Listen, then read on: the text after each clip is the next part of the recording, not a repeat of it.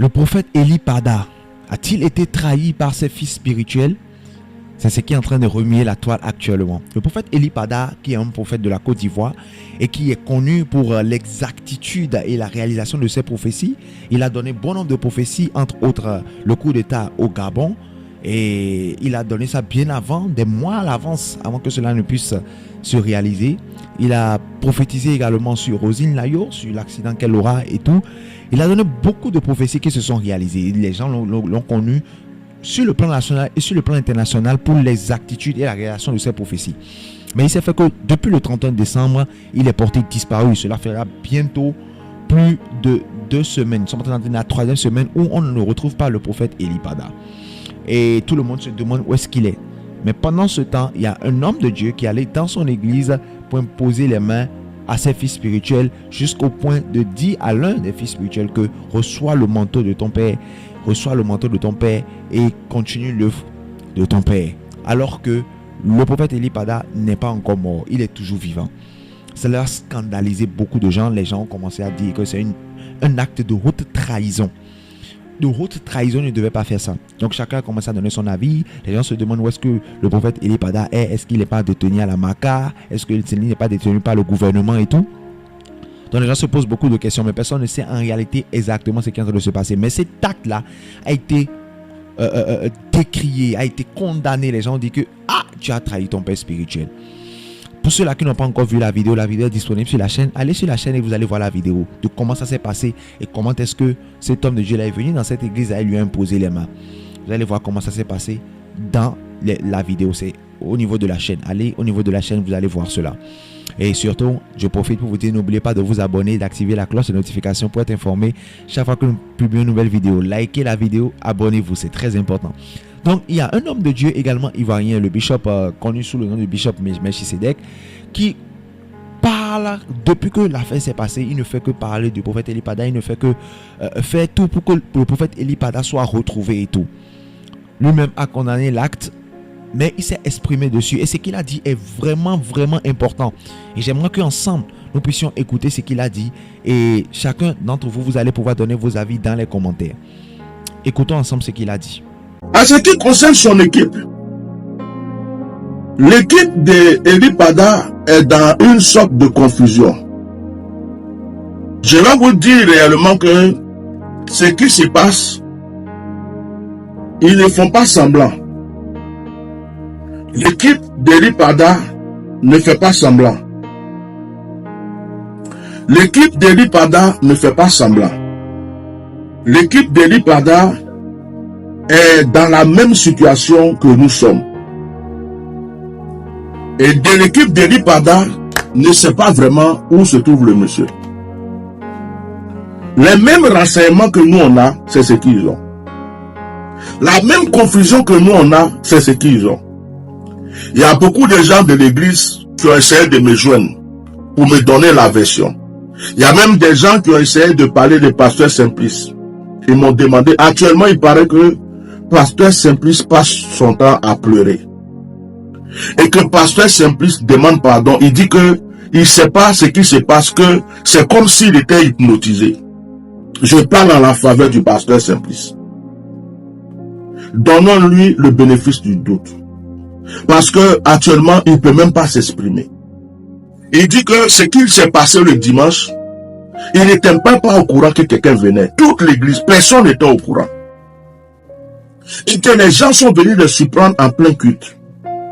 Il y avait les caméras. Ils étaient déjà en train de faire le direct. Et donc, quand l'homme de Dieu est rentré, à cause du direct, à cause de la caméra, à cause de tout ce que les gens regardaient, il ne pouvait pas, c'est-à-dire qu'il était pris par les faits. Et il a un fils. Donc, il ne pouvait pas dire au monsieur non. Il ne pouvait pas réagir d'une manière bizarre parce qu'il ne savait même pas ce qui se passait. Donc, c'est comme lui-même, il a été pris dans un piège. Donc, actuellement, le pasteur Simplice même est en train de pleurer. Il demande pardon. Il demande même pardon. C'est pas lui qui m'a appelé. Il y a des gens proches qui m'ont appelé pour me dire, vraiment, le pasteur Simplice, il est inconsolable actuellement. Il est inconsolable. Ça fait près de, je ne sais pas, près de 15 ans qu'il est avec son papa. Il n'a jamais trompé son papa. il ne pourra jamais tromper son papa. Et que ce qui arrive là, ça le dépasse. Que ça le dépasse. C'est lui-même qui a pris l'initiative de sortir pour dire aux gens que son papa a disparu. Pour que les gens soient inquiets parce qu'il ne sait pas où est son papa. Et que ce qui s'est passé à l'église là, lui, le pasteur Simplice, il n'était pas complice. Il ne savait pas que le monsieur venait. Et quand le monsieur est venu, on dit c'est un bishop, un archibishop.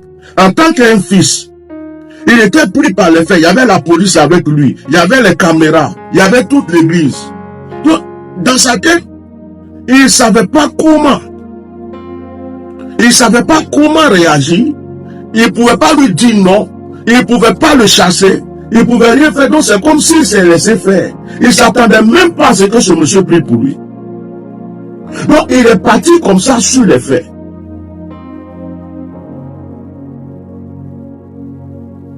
Ça, c'est ce que j'ai appris concernant le pasteur David.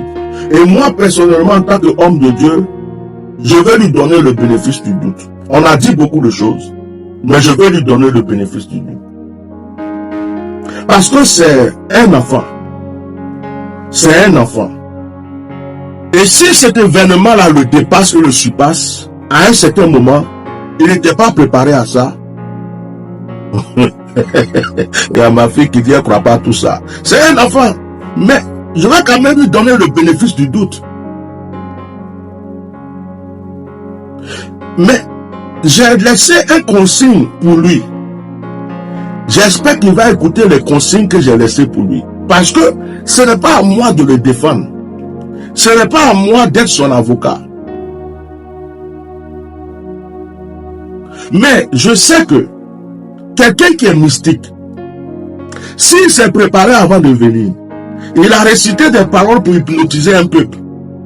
Il est arrivé avec un pouvoir, quelque chose dans la main ou bien quelque chose, en rentrant il dit une parole, pour fermer la bouche à tout le monde. Je sais que quelqu'un qui a un pouvoir est capable d'hypnotiser des gens faibles pour faire ce qu'il a envie de faire et puis rentrer chez lui. Donc, pour cela, je fais une parenthèse, je laisse un bénéfice du doute et j'attends les futures réactions du pasteur Simplice lui-même pour voir. Donc, je vais m'arrêter là. En ce qui concerne l'évêque Koné Jean, je le dis et je le répète. Je le dis et je le répète. Hein? Je vais aussi d'abord faire une parenthèse sur pasteur Simplice. Même si ce que pasteur Simplice dit c'est vrai, c'est que pasteur Simplice, je vais te dire que tu n'as pas été un bon disciple pour ton frère, pour ton père. Parce que le vrai disciple là, quand ils sont venus attraper Jésus, Pierre a pris le couteau pour couper l'oreille du soldat. Donc le vrai disciple là, c'est son père qui est son Dieu. Et ton Dieu n'est pas là. Tu ne laisses pas une autre personne remplacer ton Dieu. Donc ça c'est une parole. Si tu écoutes cette vidéo, dis-toi que les gens ont le droit de te juger. Parce que en quelque sorte, tu as trahi la formation que ton père t'a donnée, tu as trahi l'onction de ton père et tu as trahi ton Dieu.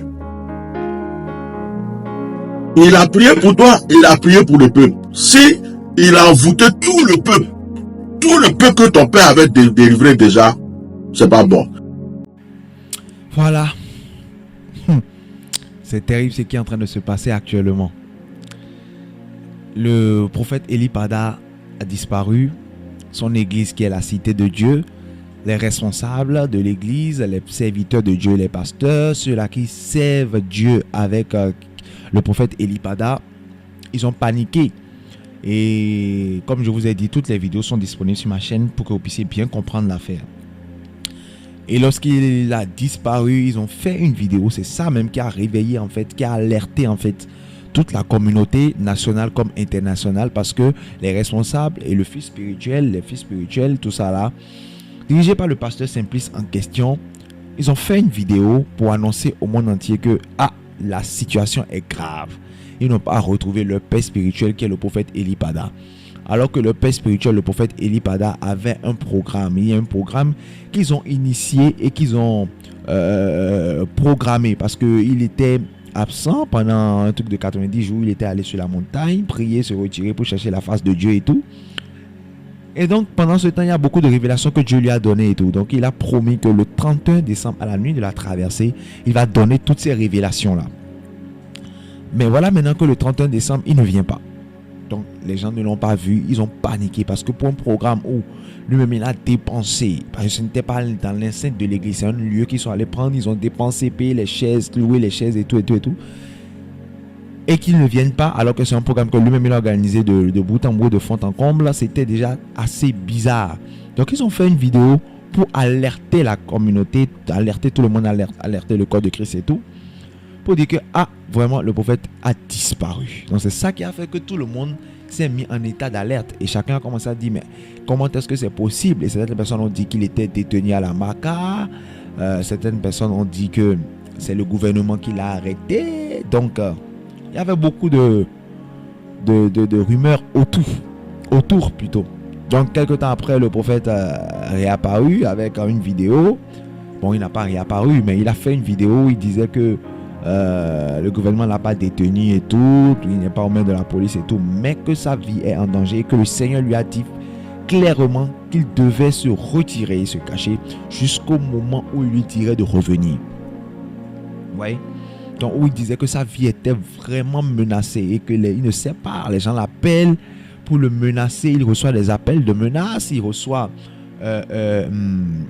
plusieurs choses, plusieurs menaces. Donc il y a une vraie menace qui pèse sur sa vie est en danger, et que le Seigneur lui-même lui a confirmé cela, que sa vie est en danger. Et qu'il ne sait pas d'où vient la menace, il ne sait pas à qui il a fait du mal, il ne sait pas qui ces prophéties dérangent, mais que sa vie est terriblement en danger. Donc après cette vidéo, cela a étonné tout le monde. Les gens ont commencé à dire, mais qu'est-ce qui se passe? Est-ce que ce qu'il dit dans la vidéo c'est vrai? Est-ce qu'il n'est pas détenu quelque part et on est en train de le forcer en fait à faire cette vidéo? Donc chacun a commencé à donner son avis et tout. Donc vous aussi donnez-nous vos avis dans les commentaires. Qu'est-ce que vous en pensez?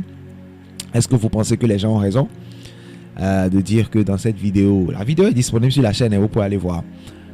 Est-ce que les gens ont raison de dire que en réalité il est détenu et qu'on est en train de le forcer à faire la vidéo? Est-ce que les gens ont raison de dire ça?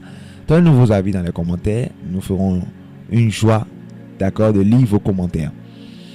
Et donc après ça, comme je vous l'ai dit, il y a l'évêque Jean Koné,